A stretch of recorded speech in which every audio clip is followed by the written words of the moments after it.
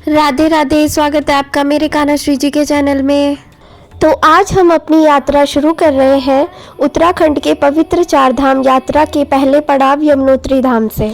हमारी यात्रा शुरू हो रही है ऋषिकेश से और आगे हमारा इंतज़ार कर रही है हिमालय की अद्भुत वादियाँ, घुमावदार सड़कें और माँ यमुना का दिव्य धाम।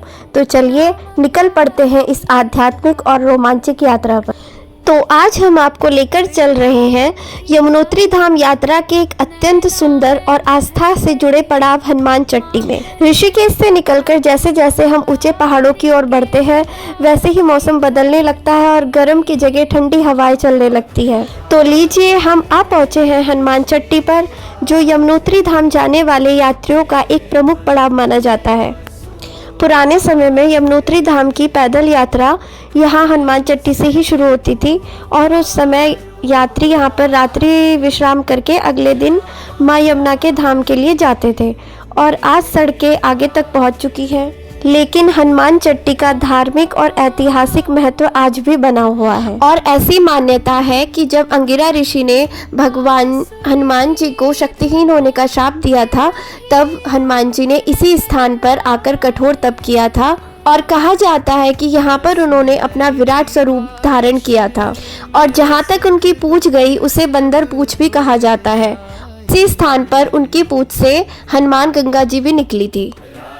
यहाँ पहुंचकर एक अलग प्रकार की ही शांति और आध्यात्मिकता का अनुभव होने लगता है। और ऐसा भी कहते हैं कि इस स्थान पर त्रिवेणी संगम है, जहाँ पर एक ओर से हनुमान गंगा, दूसरी ओर से माँ यमुना और तीसरी ओर से शेषनाग धारा का मिलन होता है। तो चलिए अब मिलकर हनुमान जी के दर्शन करते हैं। तो इतने सुंदर दर्शन के लिए एक जयकारा लगाइए, बोलिए सियावर रामचंद्र की जय। यहाँ का वातावरण इतना शांत है कि कुछ समय के लिए बैठकर केवल बहती हुई नदी की ध्वनि सुनना भी एक आध्यात्मिक अनुभव जैसा लगता है। ये सुंदर चलती हुई हवाएं, हिमालय की गोद में बैठकर ऐसा महसूस होता है कि जीवन की सारी चिंताएं कहीं दूर छूट गई हो। देखिए वहाँ नीचे आप त्रिवेणी संगम के दर्शन कर सकते हैं। और अब मंदिर परिसर के दर्शन कीजिए, जहाँ पर बहुत सुंदर सुंदर गुलाब लगे हुए हैं। जो लोग प्रकृति प्रेमी हैं उनके लिए ये स्थान किसी स्वर्ग से कम नहीं है।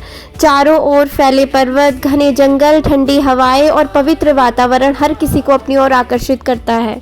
और यहाँ पर एक बहुत सुंदर शिवलिंग भी विराजमान है, आप दर्शन कीजिए। तो अगले ब्लॉग में हम यहाँ से आगे बढ़ेंगे यमुनोत्री धाम की ओर और नेक्स्ट ब्लॉग में आपको देखने के लिए मिलेगा यमुना मैया का शीतकालीन मंदिर, जो कि चारों ओर बहुत खूबसूरत वादियों से घिरा हुआ है, और वहाँ की आरती। तो प्लीज़ बने रहिए। और अगर आप नेक्स्ट ब्लॉग को मिस नहीं करना चाहते तो प्लीज़ जल्दी से चैनल को सब्सक्राइब कर लीजिएगा, कमेंट कीजिए एंड वीडियो को लाइक कीजिए। राधे राधे।